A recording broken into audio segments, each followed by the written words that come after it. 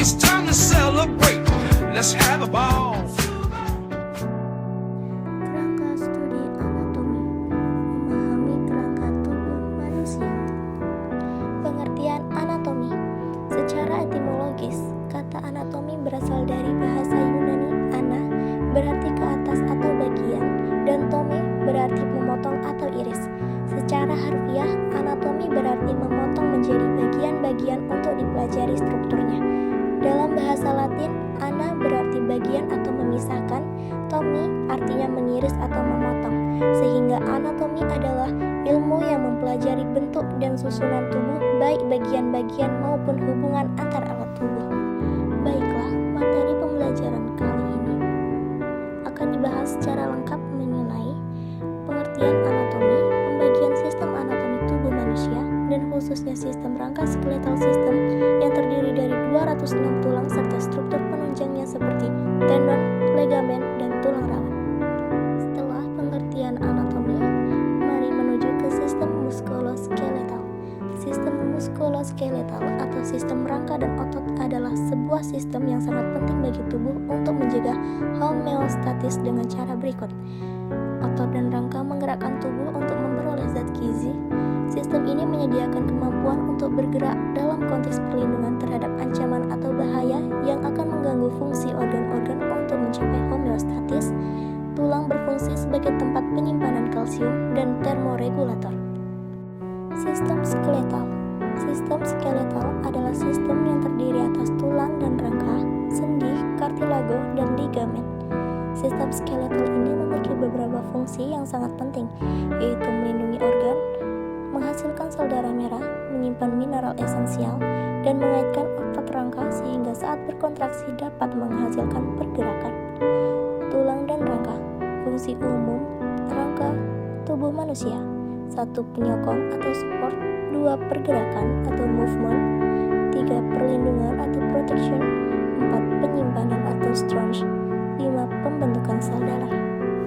Selanjutnya sendi. Sendi atau juga disebut sebagai artikulasi memiliki fungsi untuk menahan tulang-tulang untuk dapat tetap menyatu dan memberikan mobilitas pada rangka. 1. Klasifikasi sendi berdasar fungsional.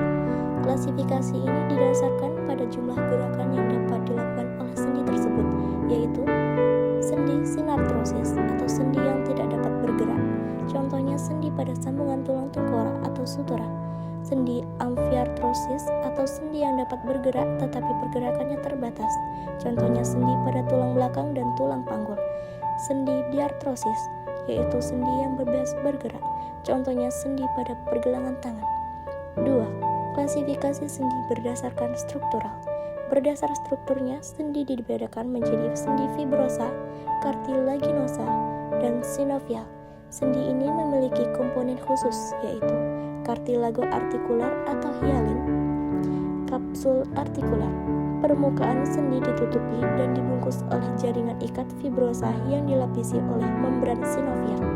Rongga sendi yang dibungkus oleh kapsul artikular berisi cairan sinovial dan ligamen penguat kapsul artikular. Kartilago. Kartilago atau tulang rawan dalam vertebrata berdasar ilmu histologi dibagi menjadi 3 jenis, yaitu 1. Kartilago hialin, 2. Kartilago elastis, 3. Kartilago fibrosa. Ligamen tulang adalah buntalan terpisah yang tersusun atas jaringan ikat fibrosa padat yang menyambungkan tulang. Ligamen memiliki fungsi mekanik antara lain mengontrol dan menstabilkan sendi untuk mendistribusikan kekuatan dan melindungi jaringan sendi lain. Sel-sel tulang. Tulang adalah jaringan ikat yang termineralisasi terdiri atas 4 jenis sel, yaitu osteoblast, sel pelapis tulang, osteosit, dan osteoklas. Tulang adalah organ yang dinamis secara berkelanjutan, diserap kembali oleh osteoklas dan dibentuk kembali oleh osteoblast. Sedangkan osteosit berperan sebagai sensor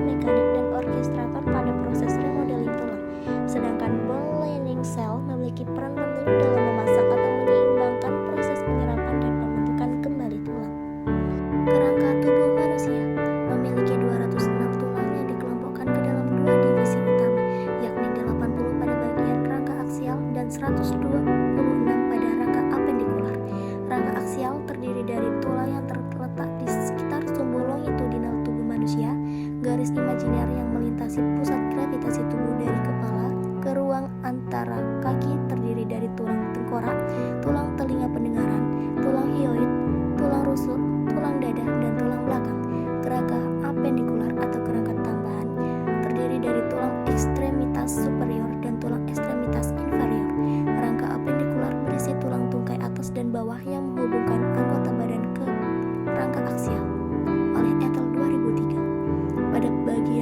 Pada tulang bagian superior atau bagian atas tubuh terdiri dari korset pectoralis, scapula, serta clavicula, lengan atas mulai dari bahu hingga siku, lengan dasar mulai dari siku hingga pergelangan tangan serta tangan. Tulang bagian dasar atau inferior terdiri dari korset pelvis, paha, tulang dasar, serta kaki. Pada tulang bagian atas atau superior terdiri dari korset pectoralis, scapula, dan clavicula. Lengan atas mulai dari bahu sampai siku, lengan bawah mulai dari siku sampai pergelangan tangan dan tangan. Tulang bagian bawah atau inferior terdiri dari korset pelvis, paha, tulang bawah, dan kaki. Tulang tengkorak. Tulang tengkorak berisi 22 tulang bertumbuh di atas kolom tulang belakang yang mencakup 2 set tulang, yaitu tulang tengkorak dan tulang wajah. 8 tulang tengkorak secara kolektif disebut kranium, membentuk rongga tengkorak yang membungkus dan melindungi otak. Adapun 8 tulang tersebut terdiri dari tulang frontal, 2 tulang parietal, 2 tulang temporal, tulang occipital, tulang sphenoid, dan tulang ethmoid. Terdapat pula 14 tulang pembentuk wajah yang terdiri dari 2 tulang hidung, 2 maksila, 2 tulang zigomatik, rahang bawah, 2 tulang lakrimal, 2 tulang palatin, 2 cocae nasal inferior dan vomer. Tulang tengkorak dan tulang wajah secara bersama-sama melindungi dan menopang organ indera khusus yang halus seperti indera yang digunakan untuk penglihatan, pengecapan, penciuman, pendengaran, dan equilibrium atau kesetimbangan. Tulang wajah. Tulang wajah berfungsi untuk melindungi dan menopang pintu masuk ke sistem pencernaan dan pernapasan. Tulang wajah juga memberikan keterikatan pada beberapa otot yang terlibat dalam menghasilkan berbagai ekspresi wajah. Tulang dada. Sebanyak 12 pasang tulang rusuk membentuk sisi rongga dada. Tulang rusuk bertambah panjang dari yang pertama hingga tulang rusuk ke-7, dan kemudian panjangnya berkurang pada tulang rusuk ke-12. Setiap tulang rusuk berartikulasi posterior dengan vertebrata toraks. Tulang belakang. Tulang vertebrata atau juga disebut dengan tulang belakang atau tulang punggung tersusun dari rangkaian tulang yang disebut vertebra. Tulang vertebrata memiliki fungsi sebagai batang yang kuat dan fleksibel dan dapat berputar serta bergerak maju, mundur, dan menyempit. Tulang vertebrata juga membungkus dan melindungi sumsum tulang belakang, menopang kepala, dan berfungsi sebagai titik perlekatan untuk tulang rusuk, korset panggul, dan otot punggung. Jumlah tulang vertebra selama awal perkembangan berjumlah 33, sehingga jumlah kolom vertebra pada orang dewasa biasanya berisi 26 vertebra. Selanjutnya, rangka apendikular. Rangka apendikular terdiri atas anggota gerak, yaitu anggota gerak atas dan anggota gerak bawah. Pada rangka apendikular tersusun atas tulang bahu, tulang lengan, tulang kaki, dan tulang pelvis. A. Girdle pectoral atau bahu, mengikat tulang tungkai atas ke rangkai aksial. B. Humerus atau tulang lengan. Humerus atau tulang lengan adalah tulang lengan atas yang terpanjang dan terbesar. C. Radius dan ulna. Ulna terletak pada sisi medial dan tulang radius yang terletak pada sisi lateral atau sisi ibu jari. D. Pergelangan tangan. Tulang karpus atau pergelangan tangan adalah daerah proksimal dari tangan dan berisi 8 tulang kecil karpal yang disatukan oleh ligamen. E. Metakarpus atau telapak tangan. Metakarpal atau telapak tangan adalah wilayah perantara dari tangan dan berisi 5 tulang yang disebut metakarpal. F. Pelvis. Korset panggul atau pinggul terdiri dari 2 tulang pinggul atau juga disebut dengan tulang koksal. G. Femur. Femur atau tulang paha adalah tulang terpanjang, terberat, dan terkuat di dalam tubuh. H. Tibia dan fibula. Tibia atau tulang kering adalah tulang yang lebih besar, medial, dan menahan beban dari kaki. Memasuki bagian terakhir, yaitu rangkuman. 1.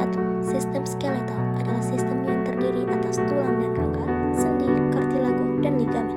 2. Sistem skeletal ini memiliki beberapa fungsi yang sangat penting, yaitu melindungi organ, menghasilkan sel darah merah, menyimpan mineral esensial, dan mengaitkan otot rangka sehingga saat berkontraksi dapat menghasilkan pergerakan. 3. Tulang adalah organ yang membentuk kerangka dalam tubuh yang berfungsi seperti rangka atau rusuk, baja, dan beton penguat yang menyongkong tubuh dan tempat melekatnya organ-organ lunak. 4. Kerangka tubuh manusia terdiri Dewasa terdiri dari 206 tulang, yang dimana dikelompokkan menjadi 2 divisi utama, yaitu 80 di rangka aksial dan 126 di rangka apendikular.